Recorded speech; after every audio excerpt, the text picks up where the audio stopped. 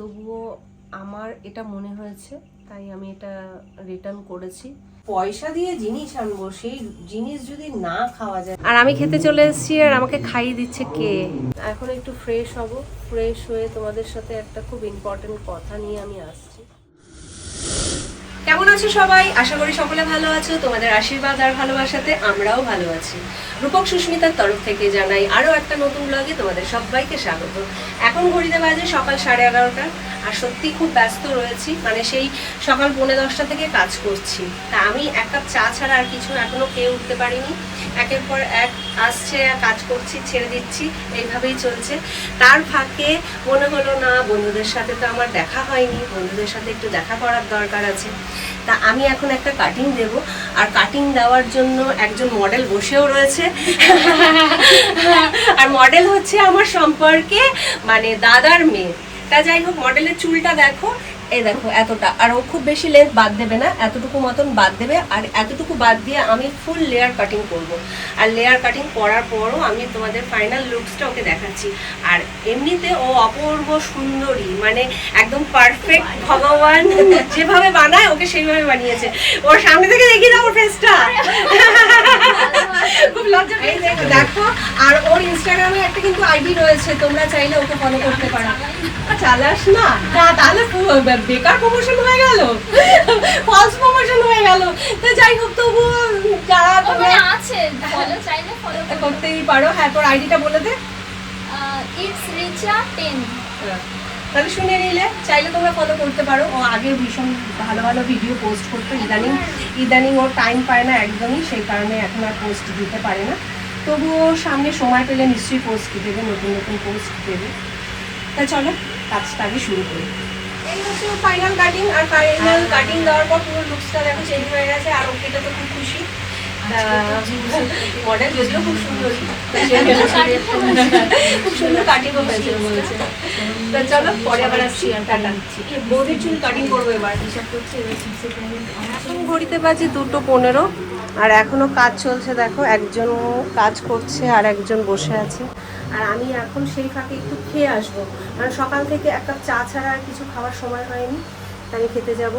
চলো খেতে এসে আবার সময় পেলে তোমাদের সাথে। আর আমি খেতে চলে এসেছি, আর আমাকে খাইয়ে দিচ্ছে কে। এই দেখো বন্ধুরা, এরকম ভাগ্য কজন আর হয়, সত্যি কথা। আর রান্না করেছে রূপকই, আলু ভাতে দিয়ে ভাত, আর চিকেন করেছে, এরকম ফ্রাই করে চিকেন করেছে। কারণ এই কদিন এইভাবেই ভাত খাও অল্প করে, তাতে তুমি মোটা হও, তাতে কিচ্ছু যায় আসে না, ঠিক আছে? তাই শরীরটাকে দেখতে হবে। আর তুমি রান্না করতেও করার টাইমও পাচ্ছ না, এটাও বুঝতে হবে। আমি যেটুকুনি পারছি, দুটো মুখে তোলার মতো তো পারছি। আর স্যুপ টুপ ও আমার পক্ষে পসিবল না বলে আমি চিকেনটাকে জাস্ট এমনি ফ্রাই টাইপের একটু গ্রেভি রেখে আমি করে দিয়েছি। আমার কাছে সেটাই অমৃত। একটু ছোট ছোট তোলো, অত বড় বড় খেতে পারবো না। নুনটা হয়েছে কিনা দেখ। ঠিক আছে। আর কদিন না নিজে হাতে ভাত খেতে পারি না, এত হাতে ক্রিমের গন্ধ আসে, খুব অস্বস্তি হয়। এর আগে মা খাইয়ে দিত। চিকেনটা কেমন হয়েছে? ভালো হয়েছে। তো চলো খাওয়াটা আগে শেষ করে নিই। কাজ হয়নি তোমার? এখনো বাড়ির দুজন বসে আছে, আমি বললাম বসো, আমার একটু খেয়ে আসি। তা দুপুরবেলা কিছু না কিছু খাইনি, সেই সকালবেলা খেয়ে এসছে 11টা সাড়ে 11টা নাগাদ, আর এখন একটু খাচ্ছে। কতবার করে বললাম যে দুটো ভাত খেয়ে না, কিছুতেই খাওয়ানো গেল না। তা এখন বাবু মুড়ি খাবে, খিদে লেগেছে আমার দুজনেরই, তাই একটু খেয়ে নিচ্ছি। প্রচুর ক্লান্ত, প্রচুরটা। একজনকে প্যাক লাগিয়ে বসিয়ে এসেছি, আর একজন ফেসিয়ালের জন্য বসে আছে। তো চলো খাওয়াটা শেষ করি। এখন ঘড়িতে বাজে 10টা বাজতে 10। তা এই 9:30 অবধি কাজ করছিলাম, তারপরে একটু এই জায়গাটা গোছালাম, কৃষ্ণাও বাড়ি চলে গেল, আর এদিকে বৃষ্টিও হচ্ছে। যাই হোক, এখন প্রচণ্ড ক্লান্ত, মানে প্রচণ্ড ক্লান্তি লাগছে, মনে হচ্ছে এখন শুলে ঘুমিয়ে পড়বো। সেই সকাল 9:45 থেকে এখন প্রায় 9:30, মানে 12 ঘন্টাই বলা যায়। একভাবে দাঁড়িয়ে একভাবে কাজ করেছি। এখন একটু ফ্রেশ হব, ফ্রেশ হয়ে তোমাদের সাথে একটা খুব ইম্পর্টেন্ট কথা নিয়ে আমি আসছি। তা তোমরা থাকো, সাথে থাকো। তো খাটাখাটনির পরেও আবার রুটি ভাজছো? কি করব, কালকে এত বাজে রুটি পুরো চামড়ার মতন শক্ত হয়ে গেছে। মানে রুটি সে খাওয়া যাচ্ছে না, বাজে আটার গন্ধ, মানে খুব বাজে রুটি ছিল কালকে। আর রুমালি রুটিটা সত্যি কথা বলতে গেলে রোজ রোজ খাওয়াটাও তো ঠিক না, রুমালিতে ময়দা থাকে। তা ওর জন্য আমি বললাম, রূপককে বললাম, তোমাকে বললাম যে আটাটা মেখে দাও। ও আটাটা মেখে দিয়েছে। সত্যি কথা বলতে গেলে আমি নিচে বসে বসে বেলে নিলাম, আর এক এক করে এখন ভেজে নিচ্ছি। তা আজকে করতে পারছি, কালকে সময় না পেলে কালকে তো কিনেই আনতে হবে, কিছু করার নেই। আলাম আজকে তো হাতে সময় আছে, তুমি আটাটা মেখে দাও, আমার হাতে আর জোর নেই আজকে। বলছে ঠিক আছে। তা সেই কারণে ও আটাটা মেখে দিয়েছে আমার। এর জন্য একটা থ্যাঙ্কস জানাও আমাকে। সে তো থ্যাঙ্কস, কিন্তু আমি যে এত খাটনির পরে রুটি ভাজছি তার জন্য আমাকে সেটাই তো আমি তোমায় বললাম, তুমি বললে থাক আনতে হবে না রুটি। সত্যি কালকে রুটিগুলো মানে খাবার মতন ছিল না, মানে অতি বাজে। আর আটাটা বিচ্ছি টাইপের গন্ধ ছিল। পয়সা দিয়ে জিনিস আনবো, সেই জিনিস যদি না খাওয়া যায় বন্ধু, আরে ওতে ওই রেশনের আটা ফাটা পাইল থাকে তো, সেই রুটি তো সত্যি খাওয়া যায় না। না আনার কোনো দরকার নেই, বাদ দাও। কয়েকটা তো রুটি মাত্র, আমি ঠিক ভেজে নিতে পারবো। যাই হোক রাত্রির করো না, তাড়াতাড়ি খাওয়া দাওয়া করে আজকে শুয়ে পড়ো, কালকে আবার উঠতে হবে। আর কি একটা বলবে বলছিলে তুমি? হ্যাঁ বলবো, দাঁড়াও এই রুটি কটা ভেজে নি। এখন ঘড়িতে বাজে 11:15, তা আমাদের এখনো খাওয়া হয়নি। রুটিটা করে নিয়ে এসেছি আর দুধটা গরম বসিয়ে এসেছি, দুধটা হতে থাক। তোমাদের তখন বললাম না একটা গুরুত্বপূর্ণ কথা বলবো। হ্যাঁ, গুরুত্বপূর্ণ কথাটা কি, আমি যখন পার্লারে কাজ করছিলাম, এই রাতে 8টা 8:30 হবে, তখন রূপকের ফোনে একটা ফোন আসে। এবং রূপকের ফোন আসার পর রূপক বাইরে বেরিয়ে যায় এবং কোরিয়ার থেকে একটা পার্সেল আসে। আর পার্সেলটা কি ছিল ভেতরে আমরা জানি না, সত্যি কথা জানি না।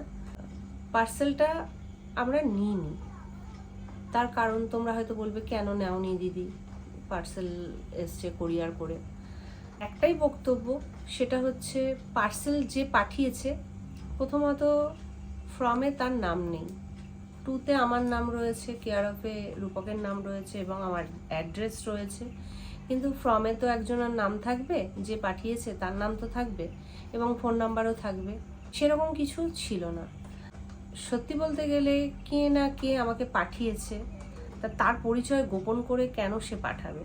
আমার বক্তব্য প্রথম এটা, সে যদি পাঠাবেই তাহলে তার পরিচয়টা আমাকে জানাক। ওইভাবে আমি কারো উপহার গ্রহণ করতে পারবো না, যেটা সত্যি সেটাই আমি তোমাদের বললাম। আমি জানি না, হয়তো আমার কোনো ফলোয়ার্স বা আমার কোনো ভিউয়ার্স পাঠিয়েছে, হয়তো ভালোবেসেই পাঠিয়েছে, কিন্তু আমি যখন তার পরিচয় পেলাম না, সেটা আমার পক্ষে অ্যাকসেপ্ট করাটা একটু কঠিন হয়ে দাঁড়িয়েছে। আর আমরা এরকমই, যদি তাতে তোমরা যদি কেউ খারাপ মনে করো তাহলে খারাপ, যদি কেউ ভালো মনে করো তো ঠিক আছে। আমার বলার উদ্দেশ্য একটাই, সেটা হচ্ছে বন্ধুরা, তোমরা যে যাই পাঠিয়ে থাকো না কেন, আমি জানি না আমার অ্যাড্রেস তোমাদের জানা আছে কি না, তবু আমি একটা কথাই বলবো, পরিচয় গোপন করে কিছু পাঠিও না। পরিচয় গোপন করে পাঠালে আমি সেটা গ্রহণ করতে পারবো না। আর তোমাদের যদি মনে হয় যে আমাকে কিছু পাঠাবে, তাহলে তোমাদের পরিচয়টা অবশ্যই জানিও, তারপরে সেটা আমি গ্রহণ করতে পারবো। কি বলবো, আজকে আমি সত্যি খুব ক্লান্ত, ভীষণই ক্লান্ত। আজকে ব্লগটা আমি এখানে শেষ করছি। দেখা হচ্ছে কালকে নতুন একটা ব্লগের সাথে, যদি আমি সময় সুযোগ করে উঠতে পারি। আর এই একটা আলো মাঝে মধ্যেই এরকম হতে থাকে। আর সারাদিন যেহেতু জল ঘাটা না, আমার ঠান্ডা লেগে গেছে, অসুবিধা হচ্ছে। আজকের ব্লগটা এখানে শেষ করছি, দেখা হচ্ছে কালকে। আর ব্লগটা ভালো লাগলে একটা লাইক করে দিয়ে যেও। আর আমি যে কথাগুলো বললাম সেগুলো ঠিক বললাম কি ভুল বললাম অবশ্যই আমাকে কমেন্টে জানিও। কারো যদি খারাপ লেগে থাকে সেটাও জানিও, আর আমি যদি ঠিক করে থাকি সেটাও আমাকে জানিও। আর আমি কারো মনকে আঘাত দিতে চাইনি, তবুও আমার এটা মনে হয়েছে, তাই আমি এটা রিটার্ন করেছি। এটা খারাপভাবে কেউ নিও না। টাটা, শুভরাত্রি।